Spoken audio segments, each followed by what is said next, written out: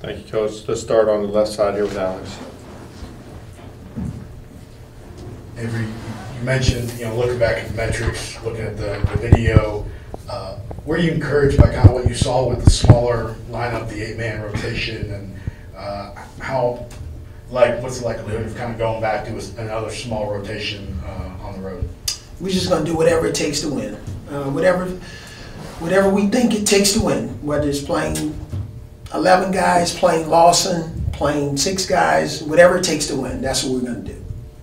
Was there anything encouraging, though, about what you saw from that? I mean, you mentioned it really wasn't even 8, it was 7. Daniel Giddings played 6 minutes, so yeah, I was very encouraged. I gave Kyrie Lewis an extra day of rest leading up to that game, and he seemed to have responded, so yes, I was encouraged. Stick on the left side here with Matt.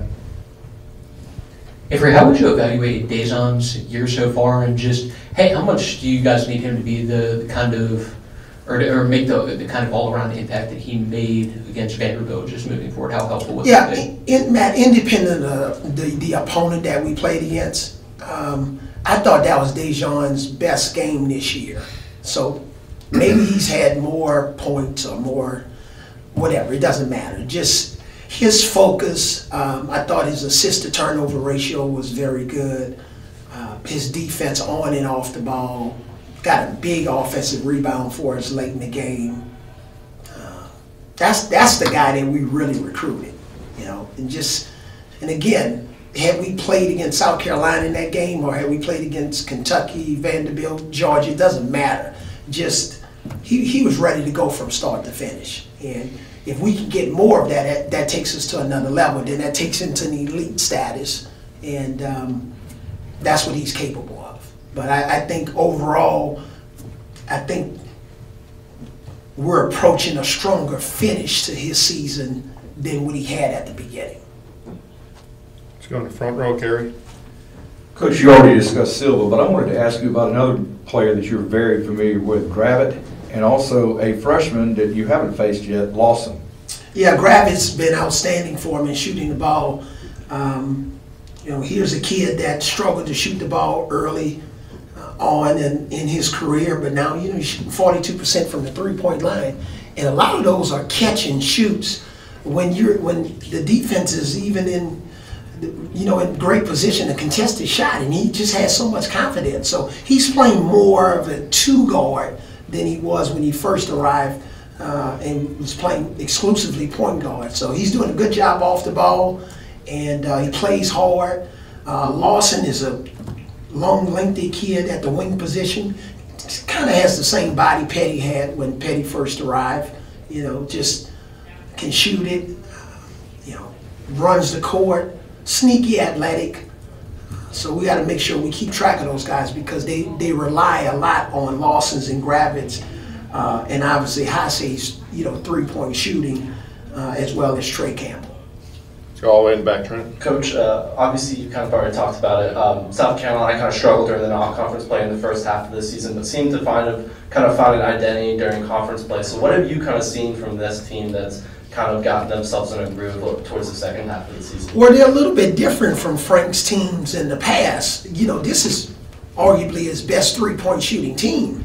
And they're very efficient from the three-point line, and that's been something that they rely on. It's been a weapon for him. Whereas in the past, his team was all about grinding in points in the paint. And they're pressing a little bit more now.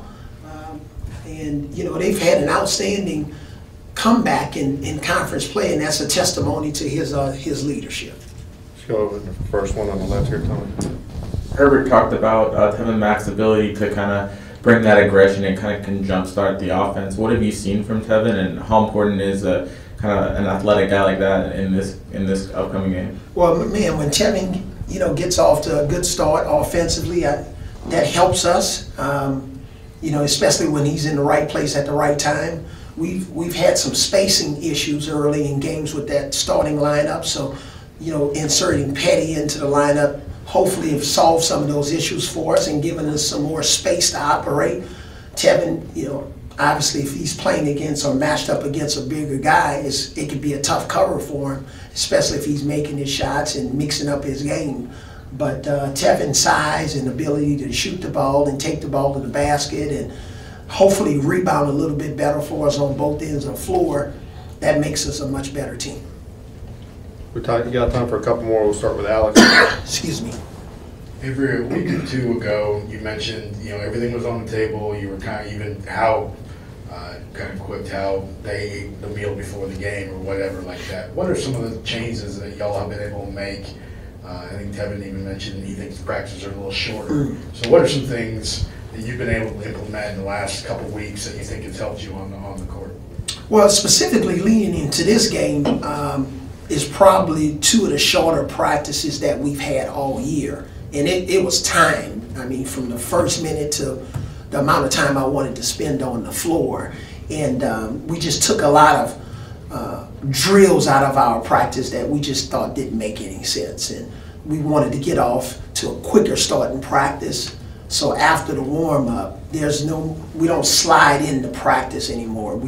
We're really starting fast, and hopefully that's giving us some energy. But just a lot of the waste that we thought we had in practice, we've just kind of eliminated it. And real specific to a short practice. And this is something that I've talked to Wimp about in the past during this time of the year.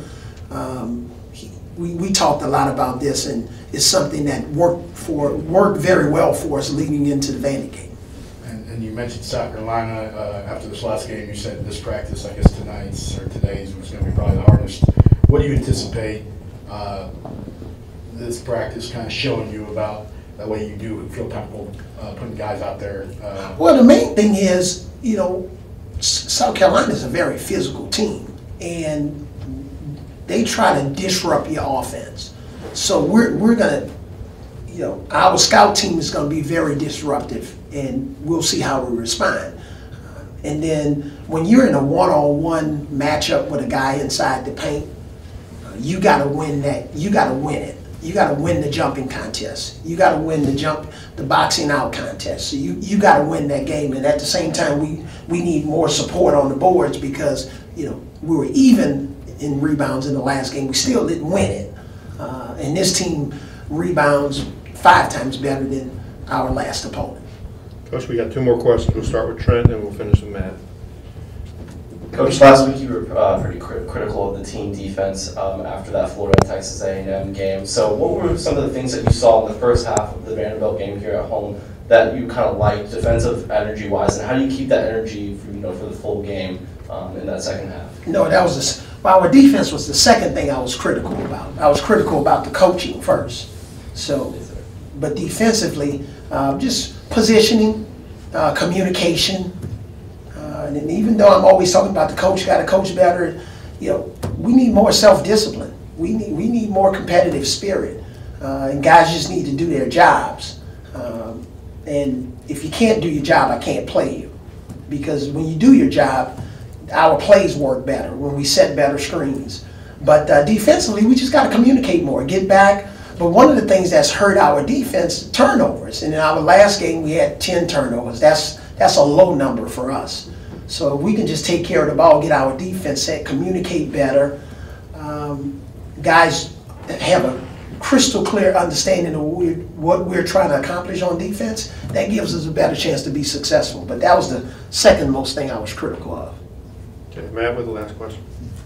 Avery, just to follow up on the practices being shorter, how long have the practices been recently, and how much shorter is that compared to what they had? Now, Matt, all in, we're about 75 minutes. And I would say in the past it could maybe be 140 minutes. So significant. Yeah, that is. Yeah.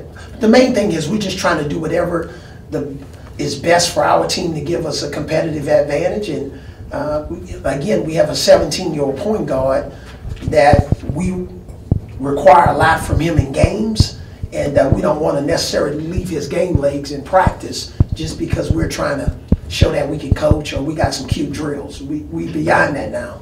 We just got to manage the team. I think that's a part of coaching, not just calling plays in the game or rotation. I think it's knowing how to manage your teams leading up to games, and what we do in shoot-arounds.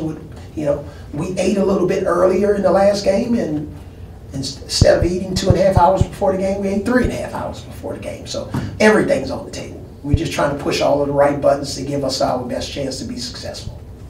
Thank you, Coach. Appreciate Okay, it. thanks, guys. Thank you. Okay. Thanks, Avery.